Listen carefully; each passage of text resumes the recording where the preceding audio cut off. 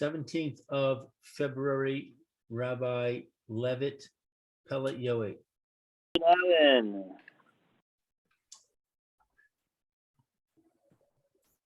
Very good. So before we go into the section that we have today, I just wanted to go back and let you know that we were looking into what this word eretz means in your book over here on page 229. Remember we were trying to figure out what the eretz is referring to? Yes. Oh, good. So I had asked a couple of Talmidei Chachamim at the time, and so just yesterday after Mincha, one of them came over to me and told me that he himself asked somebody else who was and he told him, oh yes, you know what this word is? It's really not an acronym, this word. It's not really an acronym. And even though it appears, you don't have it in the English. He just writes the word E-R-E-S. Well, first of all, let's back up a little bit and give a little.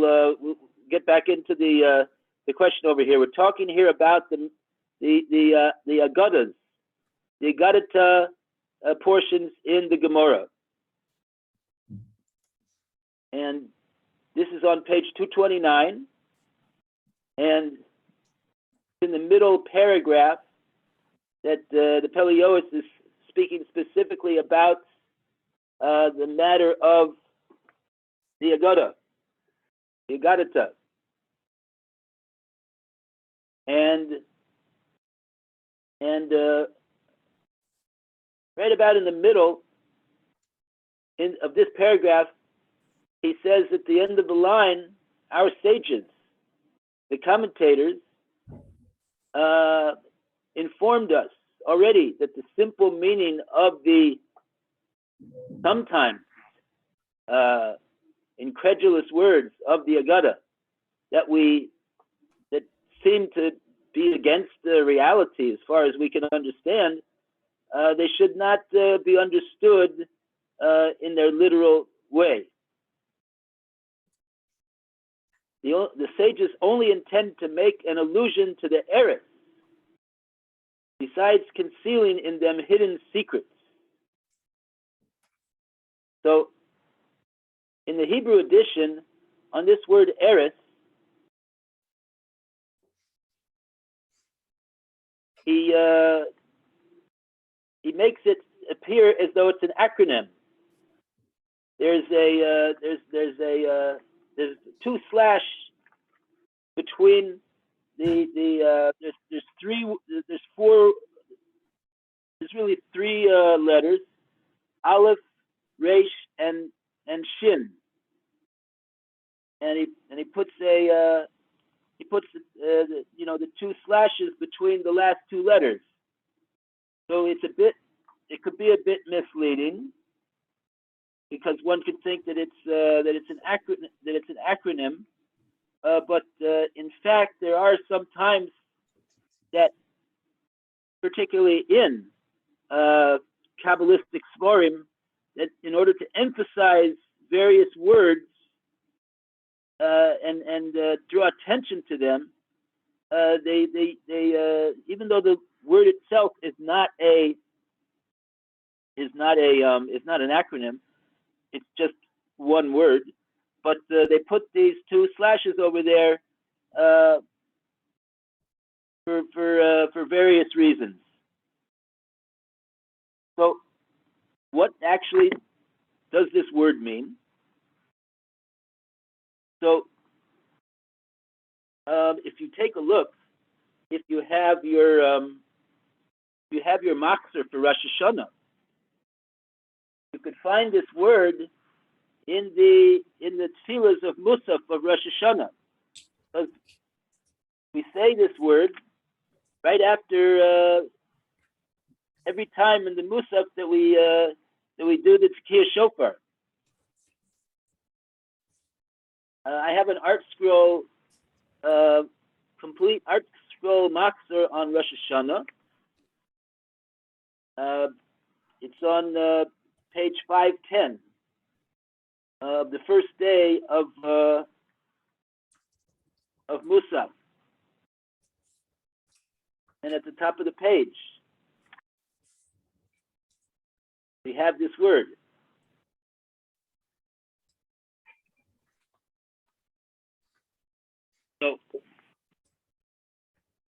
So I'll just read to you what it says over here. In other words, you're familiar with the procedure of the tekiyas. We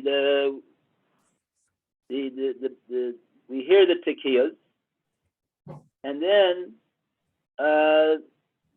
everybody recites after the tekiyas a prayer, and we say Hayom Haras Olam.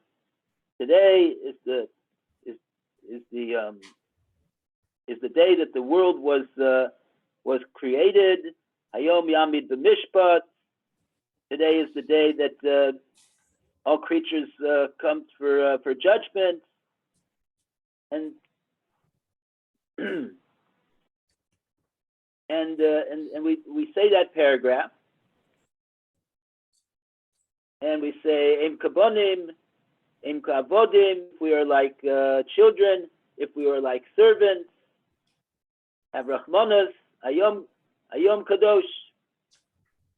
And then we say another something else, another prayer, which is generally in a second paragraph of this tefillah that we do. And it starts off with the word Areshes Vaseinu. Yerav lefanecha. So what is this word areshes referring to? And it always generally goes together with the areshes vaseinu. Vaseinu is the lips. Should be Yerav lefanecha. It should be pleasing before you, HaKadosh Baruch Hu. So areshes, the art scroll just translates it over here as the utterance of the lips. But generally, Areshes, as a matter of fact, in the bottom of the art scroll, they say over here, the translation of this rare word, Areshes, utterance, follows most major commentaries. Oh, and they quote a pasuk in Tehillim, which is the only place in the Tanakh where this word appears. It says over there, Areshes Vaseinu, Areshes Voso.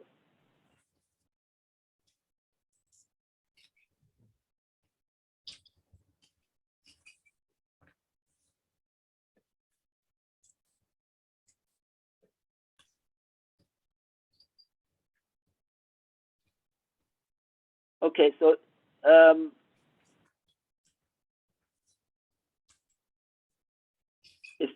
it's generally regarded. They don't make a mention of it in the art scroll, but it's not simply the type of expression or utterance of the lips, such as "Give me a glass of water," or "Go take out the trash," or "Did you pay the bill today?" Areshes Vaseinu, the utterance of the lips, is referring to a very refined and eloquent and deep expression of the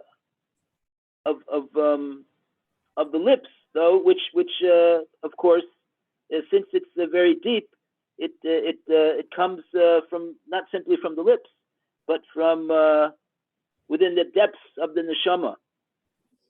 And so here, where he's talking about the Agadita and attempting to convey to us the depths of meaning that can be found in the Agadata, even though on the surface of it, the words seem to hardly even make any sense, and they could be misunderstood, and an ignoramus could ridicule the words Chatz v'Sholom, but nevertheless, some of the times that the Agadata is mentioned expressed in the way that it's expressed in a almost, we could say, a poetic way, which is not simply, of course, for the sake of poetry, but in a way of elegance, in a way of refinement, in a way of uplifting exaltedness that gives us this is the proper way to convey such a lofty idea. In other words, a lofty idea needs a very refined and lofty expression, mode of expression, the words. So sometimes the words are, for that reason, could be difficult to understand. So anyway, that's a little bit, a tip of the iceberg, of course, about this word over here, eres. So, like we see in the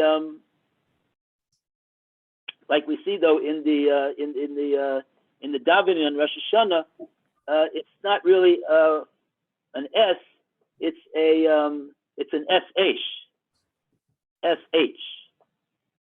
like Areshes Vasenu. So now, next year, Bez Hashem, when you read those words, Areshes Vasenu, you'll say, oh yeah, I remember this word. This word was from the Pele Yoetz. Okay. I hope we Baruch Hashem, we solved that mystery.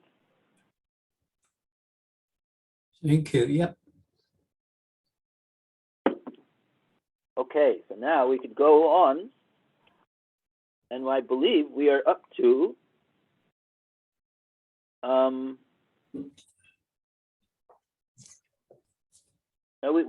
did we finish?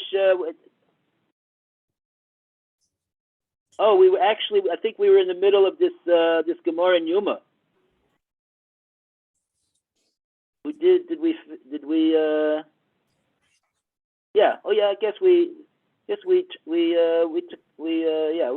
this Gemara in Yuma, that the Pele Yoetz is going according to the first interpretation, right? Okay.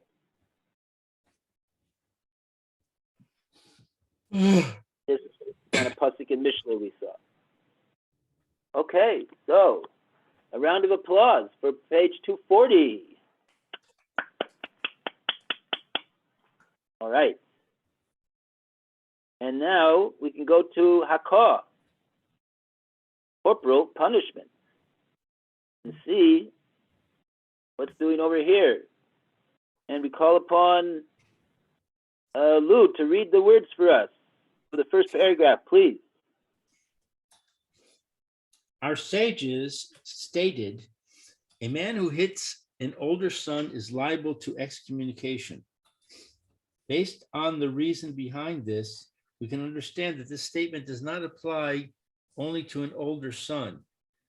The reason is that he causes his child to disdain and curse him, and consequently, the father violates the prohibition of not placing a stumbling block before a blind man. As such, the reference to an older son is not exclusive. It includes even a younger child who the father knows will not accept authority. Like in these generations where insolence has increased and a son rebels against his father, not only for hitting him, but even for admonishing him with anger. The son also gets enraged and does not accept rebuke. The truth is what our sages commented on the verse, admonition frightens a discerning individual more than 100 blows to a fool. That this was only said about a discerning person. However, someone who is not discerning will not accept chastisement. There are sons who do not listen to the voice of their fathers and mothers. Parents of such children are required to know and understand that their sons are challenging the fear of God. Their sons are challenging. The fear of God is not upon their faces, and they will not listen to the voice of their parents. The parents should not command such children to serve them in any way. They should make an effort not to get angry at them or rebuke them, and they must not speak to them except with soft speech. Granted that all times are not the same, and there will be times when parents will be incapable of refraining from requesting something from their sons, getting angry at them, or speaking harshly to them, because they will grit their teeth and their hearts will burn when they see their sons doing improper things. Nevertheless, that which is within their capability, they must try to do and choose to minimize the evil.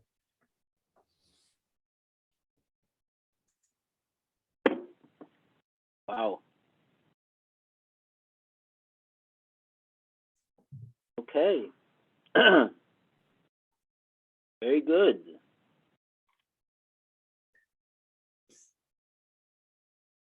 So,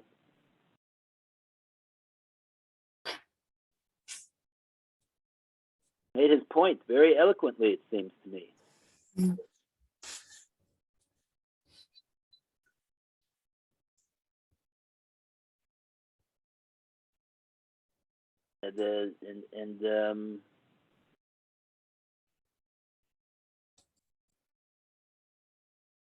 Right. So let's see what else he says over here. He sounds like he's got more to say about this matter. Very good. We're going to go to the next paragraph, last two lines of the page. And we'd like to call upon Alan to continue for us. Behold, it is the desire of the father and mother to edify the souls of their sons through doing the will of their parents and to gratify their souls through enough money to be satisfied by his eating. As a result, What were you up to? corporal punishment, right? Yeah, Page 24. It's the bottom of page 241. The bottom two lines. yeah, you turned over 2 pages. Oh, that's what I did? Okay. Behold, the desire of the father and mother to edify the souls of their sons through doing the will of their parents and to gratify their souls through enough. Oh, right. Nothing sound right. Enough bringing satisfaction to their maker. For what shall they do when the generation is not gracious, and as long as the children living by their parents who do not have such a strong desire to do or to value the mitzvah? Yet when they go to Israel or to the cemetery, they say, "Who shall give me a mother and father and might lift the bottoms of their feet, lift them up, carry them, and serve them with all my strength." However, if they sincerely want Hashem to then consider it as if they performed all these things, let them do it now when they have the ability. Then even when they cannot do it, the Holy One, blessed be He, will associate their desire with their earlier actions. In these generations in which the elite listen to the voice of their parents, or few, especially in regard to marriage, in which a daughter-in-law argues with her mother-in-law, it is rare that the sons honor their parents appropriately. If so, how good and pleasant it would be if the possibility exists for their parents to remove the son from their home. It's also good to the sons, if it is with the agreement of their parents, that they should leave the home of their own initiative. The lack of good is better than the presence of evil. With that, the hearts of the sons desire to honor their parents, they would receive a good reward. The fruit of the mitzvah in this world, that they will be honored by their own fine children. And the principal reward will remain for the world to come.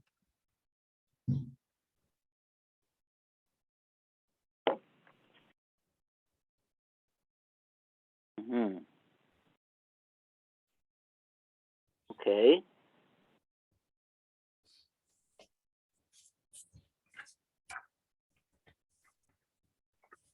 Okay. So, should we go to the next paragraph? Prohibition against hitting. We call upon Roy. Are you there? Yep. The prohibition against hitting is not only for a person's son. In regards to other people as well, there is a problem of, in Makot, do not increase his lashes, lest one come to wrongly increase them. Our sages in Sanhedrin already remarked, a man who slaps the cheek of his friend is regarded as he slapped the cheek of the divine presence. It's coming to our, what we said yesterday, wasn't it? In the Gemara. Yeah, right. That's our Mishnah. Mm. I think we said 400 zoos. Mm-hmm. Rashi explained. Yeah. So he's quoting the Gemara in Sanhedrin that it's regarded as though he slapped the cheek of the divine presence. Mm. So it's regarded in the Talmud as a very severe offense. Rashi explained that this refers to striking him on the cheek. The law is the same for any part of the body, just as the sages spoke about the most common occurrence. It is written in Yov that a raised arm will be broken. A strong-armed man belongs to the earth. And in Sanhedrin, and Rav Huna cut off the hand of a man who physically abused others, Rashi. Similarly, it is proper for the leaders of all cities to chastise men who abuse their physical power, especially depraved men who beat their wives viciously. May such men be obliterated, for they treat Jewish women like slaves, trampling upon them, beating them, and conjugally mistreating them without any sense of embarrassment. It is fitting for whoever has the authority to punish them to the best of ability. If they are capable of removing the wives from their abusive spouses, and this is the desire of the wives, for women cannot live with a snake in one place, they will have done a great mitzvah to save the oppressed from the hand of their oppressors. Okay. And now we go to Mayor, please. It says, I have to read into my computer that's broken.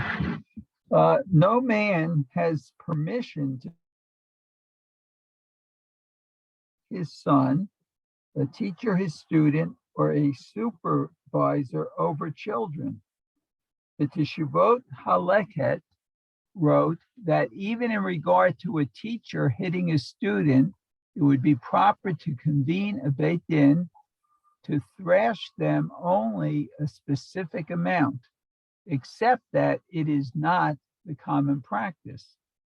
The Gemara in Baba Batra relates that Rav said to Rav Shmuel bar Shilat, when you hit young children, do not hit them except with a shoelace, meaning a soft spanking by which the child will not be harmed.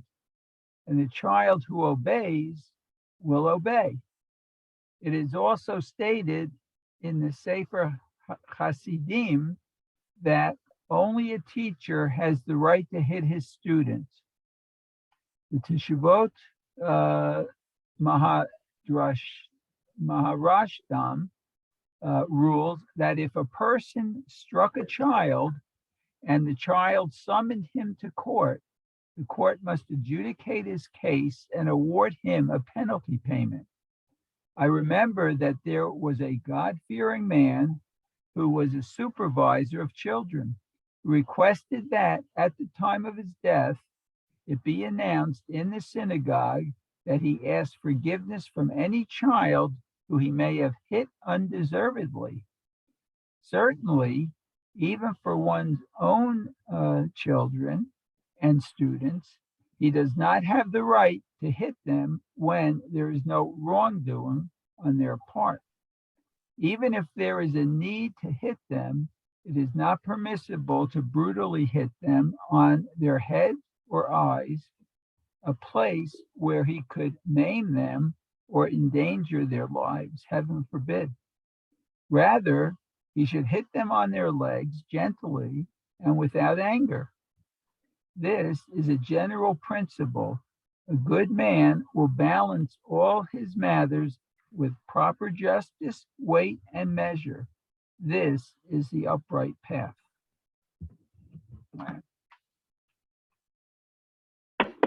Okay, very good.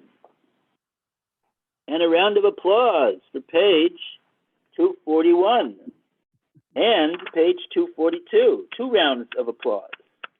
And a third round of applause for a very interesting entry, Hakah, corporal punishment. Okay. So now we go to Halbasha, clothing the needy.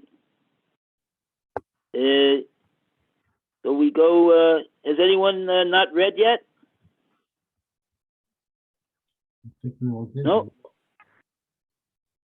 So we'll go back to Lutus. Please. Okay, our sages noted, just as the Holy One, blessed be he, clothes the naked, so too shall you clothe the naked. As it is written, and God made for Adam and his wife leather garments, and he clothed them. It is also written, when you will see a naked man and you clothe him, then your light will burst forth like the dawn. In truth, it is a necessity and greater obligation to have compassion on the needy in regards to clothing than it is in regards to providing food. This is because in regard to eating, a person can suffice with just a little. A man can go out to work in the entire day, earn his minimum wage, and buy bread to eat at night, be satisfied with his meal. It will be good for him, and he will not require the financial assistance of others. This is not so in regard to clothing, for which a person requires a large sum of money all at once. And the poor man just does not have it. He does not even possess enough money to be satisfied by his eating. As a result, his clothes become worn out and tattered, with one patch on top of another, until all he has left is one set of clothes from worn out rags, and his life is not a life. It is proper for the Jewish people who are compassionate ones, the sons of compassionate ones, that their inwards should be in turmoil, and that they should be filled with mercy upon them. I'm going to reread that last sentence. I didn't understand it. It is proper for the Jewish people who are compassionate ones, the sons of compassionate ones, that their inwards should be in turmoil, and that they should be filled with mercy upon them. I don't understand that sentence. Why is it proper for them to be in turmoil?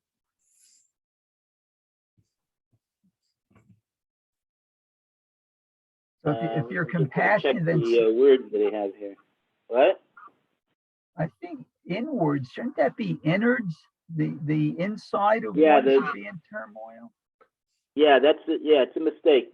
The I was saying that I was in, yeah, sorry, yes. Because one should have Yeah, compassion inside. He feels it in his heart that he should give. If someone doesn't have proper clothes, to give tzedakah to him to get clothes. I guess. right. That's the point. He should be Oh, moved. He should be moved to give him tzedakah. I get it. In other words, he should be in turmoil about the fact that he sees somebody who doesn't have good clothing. Mm. Right. Should So feel it he- inside you. Right. Okay.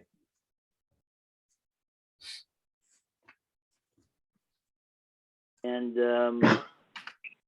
right, and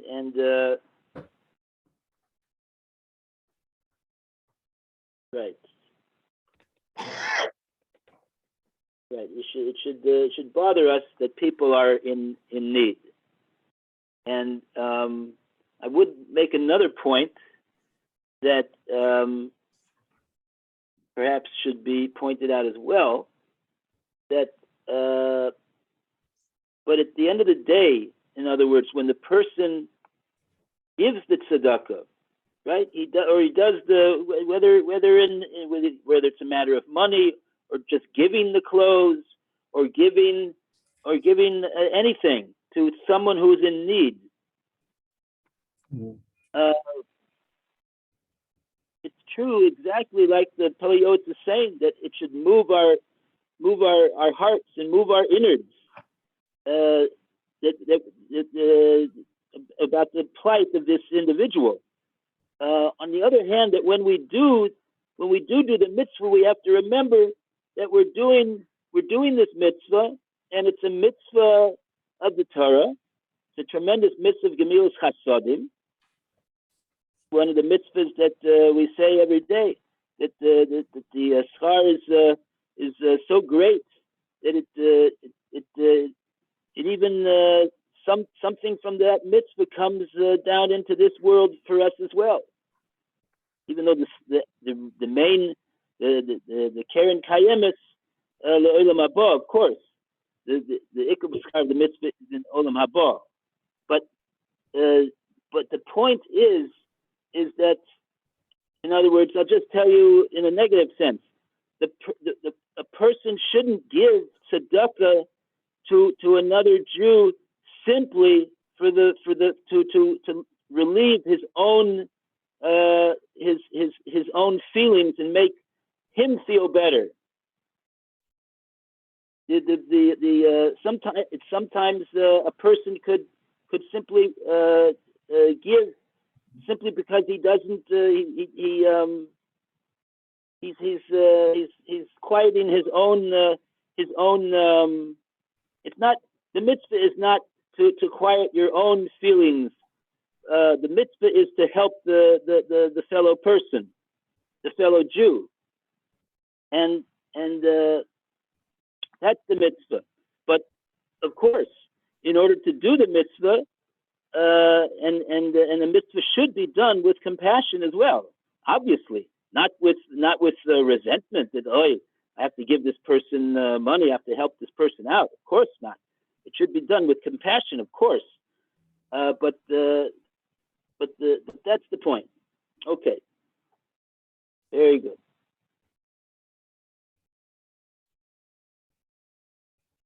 Okay, so now we go to 244.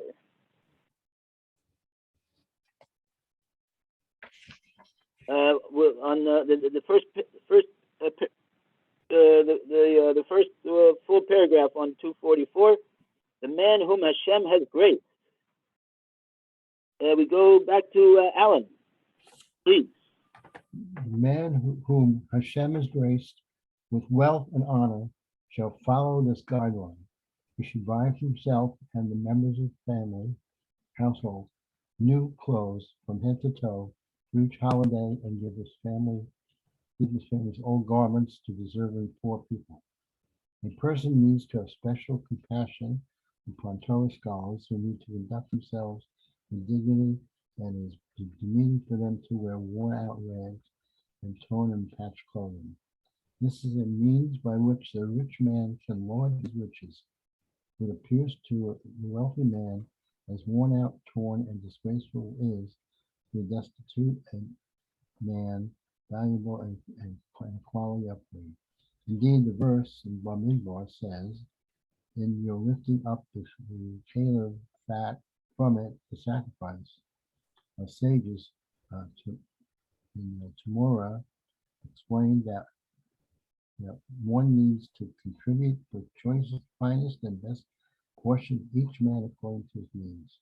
However, our sages in Baba Messiah stated, your life comes first. Consequently, the person should buy new clothes for himself, and his older ones should be given to others. Yet it is proper for a giver to appraise if the gift of clothing is significant, valuable, and needed by the recipient.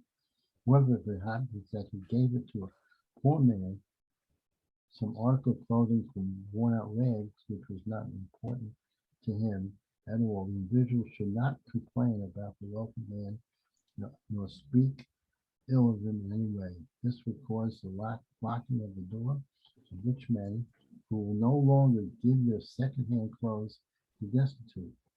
The path of a good man who possesses proper and judicious intelligence is to display a pleasant countenance and tremendous gratitude to the man who has attempted to do him a favor and purchase an item for him, even if it is something bad and expensive or an inferior quality gift.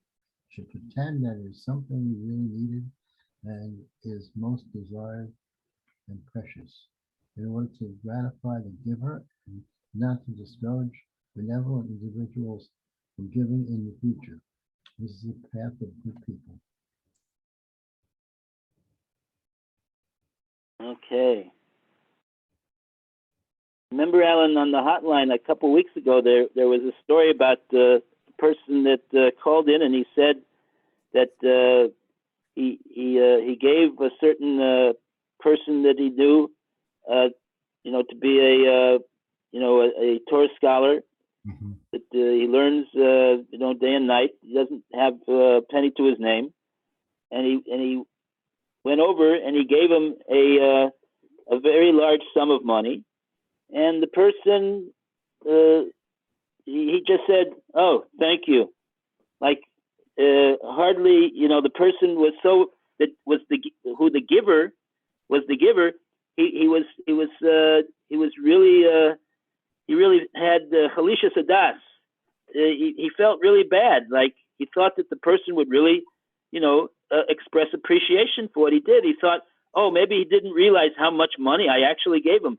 Oh, I'm gonna go home, and I'm sure he's gonna be calling me in an hour and saying, wow, I didn't realize how much money you gave. Thank you so much, and it's so nice of you, and oh, it's gonna come in so really Tiskul mitzvahs.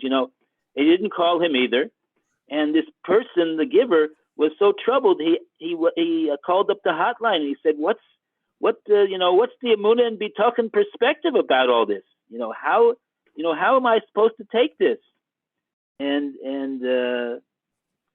so you see how and what did the rabbi of the hotline? What did he tell him? He said, look, you have to understand that a person like this, he doesn't really enjoy having to be on the receiving end. It's really very, very hard for him. And it's not something that he enjoys at all about his life. And maybe you could, judge him favorably that, he's thinking, so to speak, in that situation about,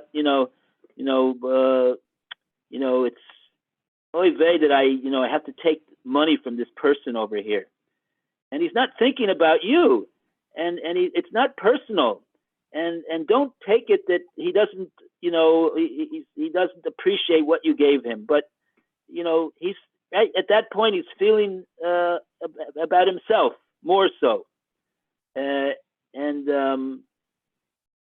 so.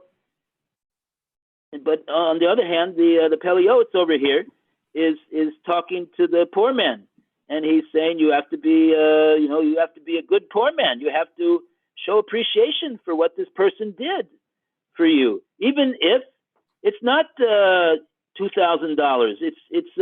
It's some piece of clothing that you find unattractive or useless, but he went and he got it for you and he gave it to you, and it's proper to make him feel good. And he says this is also going to encourage this person who gives to give to other people in the future as well, because he's going to get a good feeling that people appreciate what he went what he went out of his way in order to do for another person. So that's the story. On the one hand, if we're on the giving end, we should, and the person doesn't appreciate it at all, we should say, look, we really understand, his situation.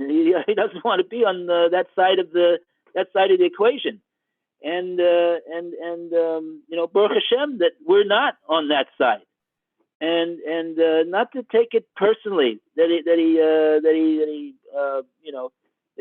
he may not like the fact that he wanted more. He may even mention that he wants more. Not to get too involved with that. Just to realize that's his situation. And of course it's true. He has his obligations also. He should like the Pele Yoetz says.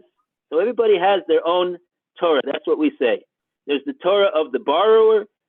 There's the Torah of the one on the receiving end, and there's also the Torah of the one on the giving end. And each one has to do his own Torah, and he may not get the fulfillment extended to him from the other side. But nevertheless, truth to be told, the mitzvah is greater when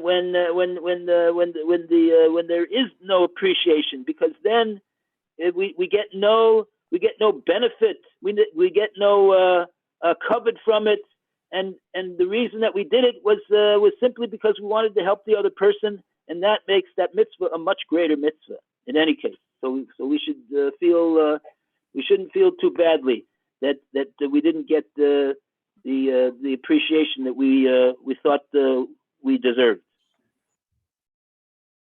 Okay. Last paragraph. There are many places, and we go to Roy, please. There are many places that have established a custom of providing clothing for poor children every Chanukah. How fortunate are they, and goodly their portion, for they are doing a great mitzvah. However, whether they were motivated to do the same for the poor men, their wives, and infants. Let the weak man be strong and say, I will champion this mitzvah. It is so great that it protects and bestows blessing and success on all of a person's activities, wealth and fortune in one's house, and he will eat the fruits of his righteousness in the world to come. He will receive a blessing from Hashem and from the needy. His children will be mighty men in the land, and he will leave an inheritance for his descendants.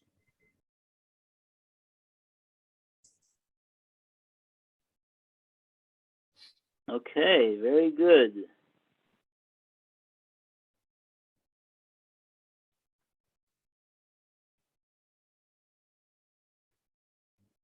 So he's saying that there was a certain custom to provide clothing for poor children every Hanukkah. So he says this is a great mitzvah. And then he says, by the way, however, it would also be another great mitzvah to do the very same thing, to provide for people that are not children, who are also needy, poor men, their wives, and he says the infants. So he exhorts someone to come along and say, I will do this mitzvah. So that's today. It's interesting. I mean, we do have. I mean, there are, and I don't know if there are in Yerushalayim anymore. I guess there are, where they may be here and there, whatever. What they have a gemach for clothing. People can go and go get clothing for little, if no charge, and there is such a thing. There is such a thing. Even today. Although since there is such a thing, I don't think we see people walking around in tattered rags or clothing that has one patch on top of the other, like the Pele Yoetz talks about, because our situation is different than his, it seems. Okay. Rabbi, So we got 6. Yeah. It's unfortunate, but you know, if you look at some of the clothing in stores, they're sold with rips in them or openings in them. Oh, that's the style. It's ironic, isn't it? That should happen. Yeah, it's very very strange to me. I don't understand it either. Why someone would want to buy clothing like that? But It's a bracha because the expensive clothing has the holes in it and the dyed spot and the bleached spots in it, and the good clothing is cheaper. More reasonable. Right. Oh, because it's not in style. Yeah, it's not in style, so you can buy a regular pair of pants for much less than you buy the ones that have the rips in them. Right. Okay. Yeah. Very good. Okay, so Alva'ah, loans. We go to Mayor to start off loans. Okay. It is known that one of the Taryag mitzvot is to lend money to a person who needs to borrow, whether he is poor or rich. Nevertheless, our sages in Baba Metzia said, if a poor man and a rich man come for a loan, the poor man should be given first. If the choice is between lending a non-Jew with interest or to a Jew without interest, the Jew comes first. It's Tanchuma Mishpatim. Even though by lending money with interest to a non-Jew, a person also fulfills the mitzvah of taking interest from a non-Jew, and he has a profit from it, and he has a profit from its fruits. The mitzvah of lending money to a Jew is greater. Our Father, our Shepherd, does not desire our loss of money, and God has no restraint to prevent him from paying profits of the fruits, double or quadruple in this world beyond whatever the Gentile might have given. It is possible that even if a Jew wants to lend money in a permissible financial arrangement so that he can receive interest from a Jew, or to lend money to a poor Jew for free, the poor man comes first. This is surely so, for lending the money to a Jew when one receives profit is not a mitzvah.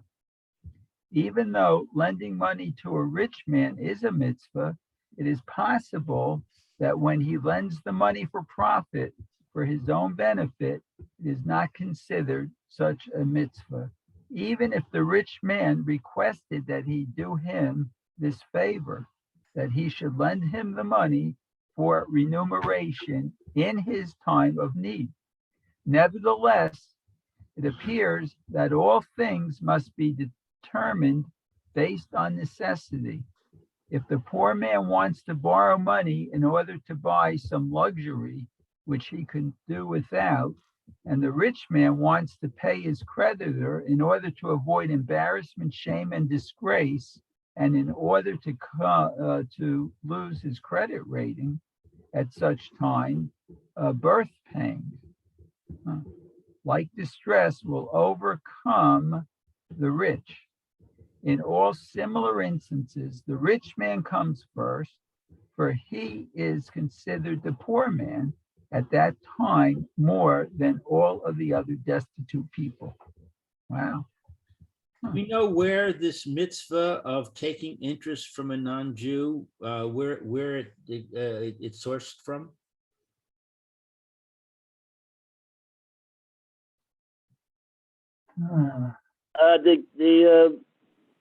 When the pasuk mentions about lending to a Jew without interest, it mentions that you lend to a non-Jew with interest. I believe that's where it says. I'll try to look it up. I don't remember offhand where it is in the Chumash, but I think that's where the Gemara learns from this. Okay, thank you. No, what he calls it a mitzvah. He calls it a mitzvah to take interest from a Jew, but again, it's not such a great mitzvah, and that he says right away. He says if you have a choice of lending to a non-Jew and doing that mitzvah and with interest, and lending to a Jew without interest, which is a mitzvah also, it's not an equal mitzvah. The mitzvah of lending to a Jew is a much greater mitzvah. Not such a great mitzvah to lend to a non-Jew. The reason for it itself is needs some understanding. What's the mitzvah involved? It would seem that we would say, okay, it's permissible, but to say that it's a mitzvah is a bit of a chiddush, and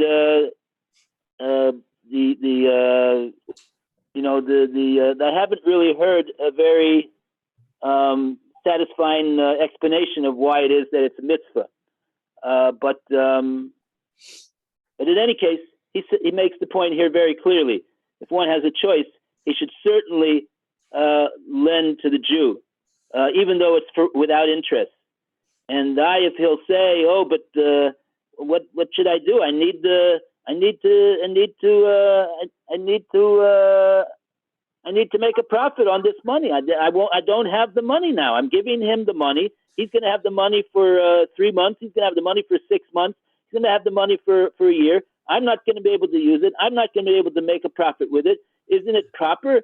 Isn't it fully understandable and reasonable that I should charge him for the use of my money? We charge for the use of everything that we have. That's the people make business out of this. Why not with money? It's certainly understandable, but in any case, it's and even if we say that it is a mitzvah technically speaking, but it's certainly a greater mitzvah to lend with a Jew without.